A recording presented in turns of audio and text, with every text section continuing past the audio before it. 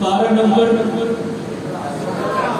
17، آیت نمبر 107۔ یہ چیزیں آپ کو یاد ہونی چاہیے، کیونکہ آپ سے جب کوئی پوچھتا ہے کہ یہ کہاں لکھا ہے کہ حضور حاضر ہیں ناظر ہیں، یہ میلاد، یہ چیز، یہ کہاں لکھا ہوا ہے، تو آپ یہ یاد رکھا کریں۔ اور آپ یہ کہیں جی آپ آگے سے کہتے ہیں کہ جی ہم پڑھے ہوئے نہیں ہیں، تو بھائی آپ کو کس نے منع کیا پڑھنے سے؟ ہر جمعے آپ امام صاحب کا خطاب سنا کریں۔ اس ٹائم لوگ آتے ہیں جب خطبہ شروع ہو جاتا ہے، بھاگ بھاگ کے آتے ہیں، تو پھر یہ ایک مناسب عمل نہیں ہے۔ اور باہر جا کے یہ کہنا کہ مولوی صاحب ہمیں بتاتے نہیں ہیں۔ جب مولوی صاحب ممبر پہ خطبہ خطاب لے کے بیٹھے ہوتے ہیں، اس وقت آپ سو رہے ہوتے ہیں، کرکٹ کھیل رہے ہوتے ہیں، اس وقت آپ بازار میں ہوتے ہیں، اس وقت آپ مسلمانے میں نہا رہے ہوتے ہیں، اور جب امام خطبہ شروع کر دیتا ہے بھاگ کے آپ کبھی تکبیر اولیٰ میں، کبھی پہلی رکعت میں، کبھی دوسری رکعت میں، اور سلام پھیرا یہ جا اور وہ جا۔ یہ بات آپ بات جا کے تو پہلے لوگ تو مان لیں گے کہ تم کہہ رہے مولوی صاحب نہیں بتاتے، لیکن قیامت کے دن اگر آپ نے خدا کی بارگاہ میں یہ کہا کہ مولوی صاحب نے نہیں بتایا ہمیں، تو خدا فرشتوں کو حکم دے گا کہ مولوی کا خطبہ بھی سامنے کر اور اس کا مار آوارہ گردی کرنا بھی سامنے۔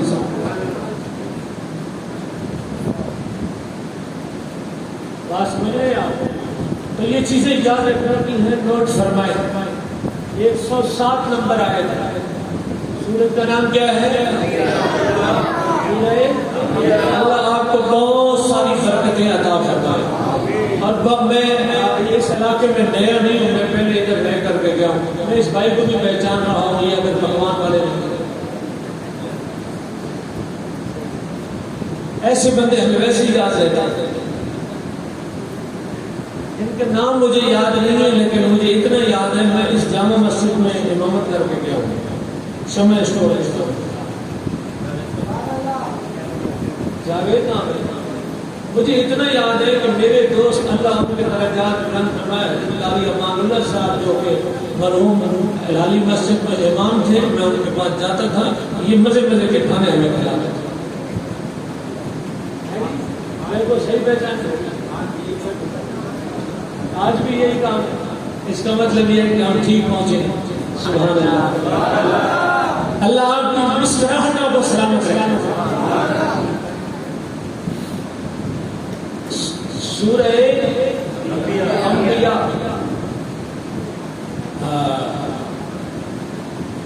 یہ تو بات ہے آج سے 30 سال پہلے، میں حضور کا ایک غلام، اس بندے نے براہ راست نہیں کسی کے فاصلے سے ہماری خدمت کی، تو ہمیں بھی یاد ہے۔ ذرا سوچیں جس نے حضور کی نوکری کی، سبحان اللہ، ذرا مجھے جس نے سرکار کی نوکری کی، آقا علیہ السلام والسلام، بہت پیارے شاعر نے بڑی خوبصورت بات لکھی ہے۔ اگر آپ کا ذوق دوبارہ ہو، فیضان نصاری صاحب نے بڑی محنت کی ہے، بڑی کوشش کی ہے آپ کو بیدار کرنے کی، لیکن اس طرح ابھی بیداری نہیں ہوئی۔ یہ شعر سنیے، سنیے شعر اور کہیے سبحان اللہ۔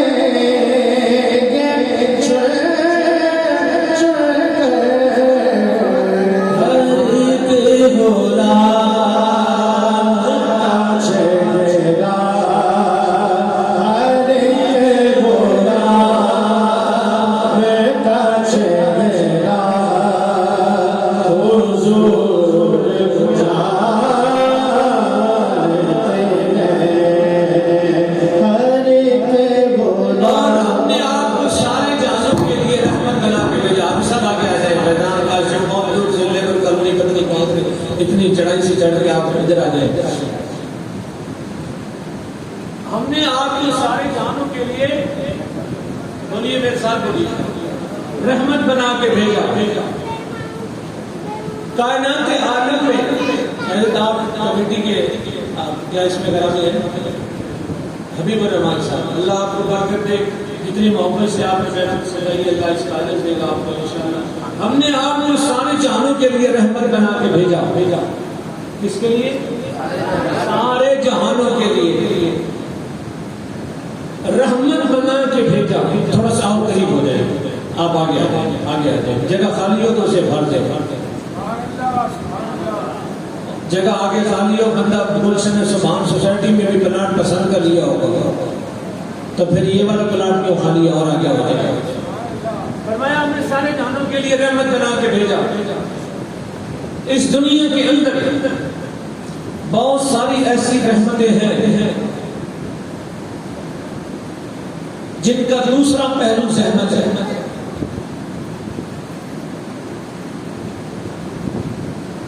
معاف کیجیے گا, میں بہت بڑا کوئی عالم نہیں ہوں, میں بہت سادہ گفتگو کر سکوں گا. بہت ساری ایسی رحمتیں ہیں جن کا دوسرا پہلو زحمت ہے. مثال سمجھیے گا, بارش اللہ کی, جہاں آپ کو بولنا پڑے وہاں بولیے گا. بارش اللہ کی رحمت ہے, لیکن جب یہ سیلاب کی صورت اختیار کرتا ہے تو ایسا ہی حضرات توجہ. اسی طرح مہمان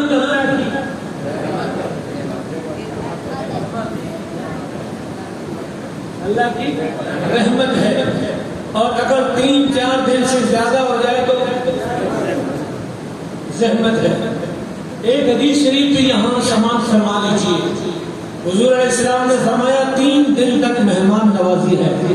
3 دن کے بعد جو آپ اس کی خدمت کریں گے یہ صدقہ کہلائے گا.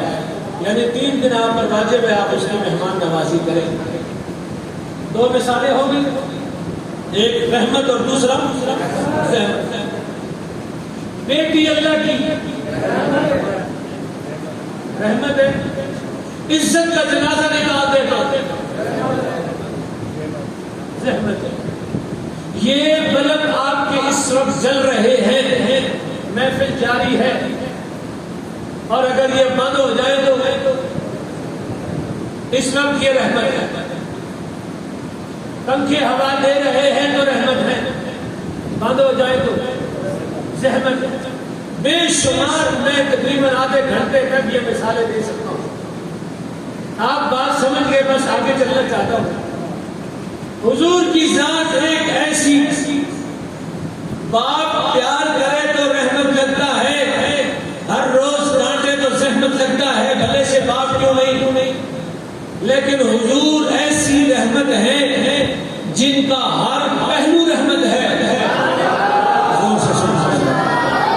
حضور کا ہر پہلو رحمت ہے, چاہے وہ مخالف ہی کیوں نہ ہو. یعنی کیا مطلب؟ آقا علیہ الصلوۃ والسلام آپ کا بولنا بھی رحمت ہے, آپ کا بولنا بھی رحمت ہے, اور بولنے کی ضد ہے خاموش ہونا, تو حضور کا خاموش ہونا بھی رحمت ہے. اللہ اکبر, حضور تو ایسی رحمت ہے, حضور کا پیار کرنا بھی رحمت ہے, اور حضور کا ڈانٹنا بھی رحمت ہے. آپ کہیں گے کہ ڈانٹنا کون سی رحمت ہے؟ ام المومنین حضرت عائشہ صدیقہ رضی اللہ تعالی عنہا آپ فرماتی ہیں کہ جانے جانا حضور سرور کائنات علیہ الصلوۃ والتسلیم کسی شخص کو ڈانٹ رہے تھے. میں نے عرض کیا کہ میرے آقا میرے سردار آپ اسے کیوں ڈانٹ رہے ہیں؟ فرمایا عائشہ خاموش رہو, میرا ڈانٹنا بھی رحمت ہے. آقا آپ کا ڈانٹنا کیسے رحمت ہے؟ پیار تو رحمت سمجھ میں آتا ہے, ڈانٹنا کیسے رحمت ہے؟ حضور نے فرمایا کہ میں نے اپنے رب سے یہ وعدہ لے لیا ہے کہ یا رب اگر میں کسی کو اگر ڈانٹوں تو اس کو ایک فرض نماز کا ثواب عطا فرما.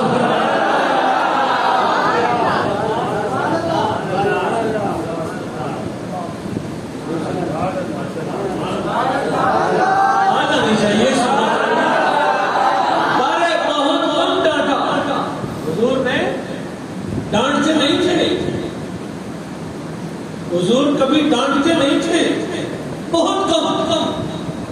آؤ حضور کی ڈانٹ پر ایک خوبصورت بات سناؤں آپ کو. سبحان اللہ. حضرت انس بن مالک رضی اللہ تعالی عنہ ارشاد فرماتے ہیں میں نے 10 سال حضور کی بارگاہ میں خدمت کی. کتنے سال میں؟ 10 سال. کتنے؟ 10 سال. ایک بار یوشی پڑے میرے عزیز، یہ بندے آپ کو دعا دیتے ہیں.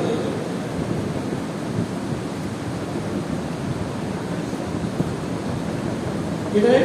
7 سال. آپ فرماتے ہیں خادم مدینہ میرا لقب تھا. کیا تھا؟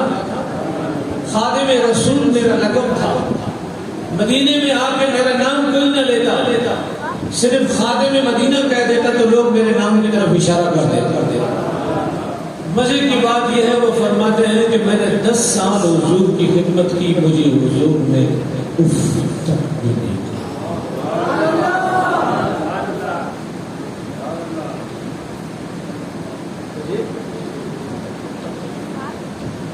ایک دن میرے دل میں آئی کہ میں حضور کی ڈانٹ کھاؤں.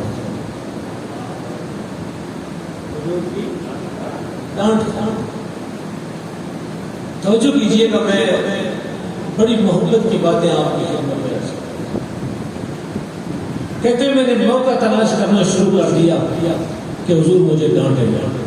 ایک دن یہ وقت آیا مجھے حضور نے کسی کام سے بھیجا. میں گیا کام سے، ایک جگہ میلہ لگا ہوا تھا، میں وہاں جا کے کھڑا ہو گیا. جان بوجھ کے دیر کی کہ دیر سے جاؤں گا تو ڈانٹ پڑے گی. آپ کی توجہ چاہوں گا مدنی مسجد والوں خدا تو میں مدینے لے کے گیا. میرے بچے اس بچے کو دیکھیے ادھر آ گیا، چہرہ ادھر کا بیٹھے ہو جاؤ، اس طرف بیٹھے، ادھر تھوڑا پیچھے ہو، ادھر کھڑے رہنا. آپ کا دھیان ہے، توجہ ہے. اب دیکھتے رہیے گا. انس بن مالک کہتے ہیں میرے دل میں بات آئی حضور کی ڈانٹ. حضور نے کام سے بھیجا، میں وہاں جا کے کھڑا ہو گیا، دیر تک کھڑا رہا تاکہ دیر سے جاؤں گا اور حضور مجھے غصہ کریں گے کہ کہاں رہ گیا تھا. قبلہ امام صاحب آپ کی دعا لینا چاہتا ہوں، آپ کے دل میں یہ بات اتر جائے تو مجھے دعا مل جائے گی. حافظ فیضان صاحب کا میرا توجہ بات ہے، فرماتے ہیں کہ میں میلے میں کھڑا ہوا تھا،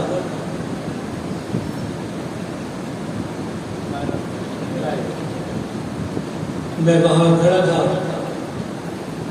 تو یہی سوچ کے کہ کون دیر کرے، جتنی دیر کرے اتنا عجیب زیادہ ڈانٹیں گے.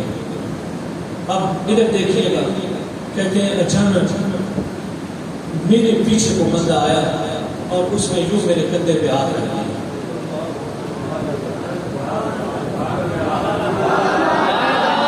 بولے ذرا زور سے.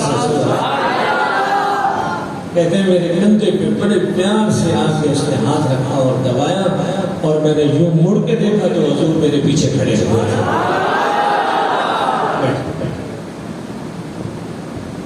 حضور میرے پیچھے کھڑے ہوئے تھے. اب آگے سنیے گا وہ کیا سوچ کے آئے تھے کہ میں آج بولیے ڈانٹ کھاؤں گا.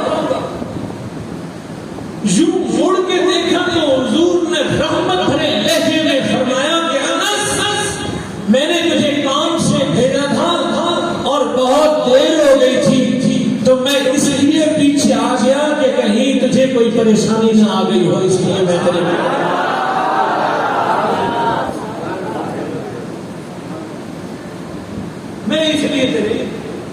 پیچھے آیا. ہم نے آپ کو سارے جہانوں کے لیے رحمت بنا کے بھیجا. حضور کا ہر عمل رحمت، بولنا بھی رحمت، آقا علیہ الصلوۃ والسلام کا جاگنا بھی رحمت اور سونا بھی رحمت. اب آپ کہیں گے جی جاگنا تو رحمت سے سمجھ میں آتا ہے، لیکن سونا کیسی رحمت ہے؟ حضرات عرض یہ ہے کہ آقا علیہ السلام سو گئے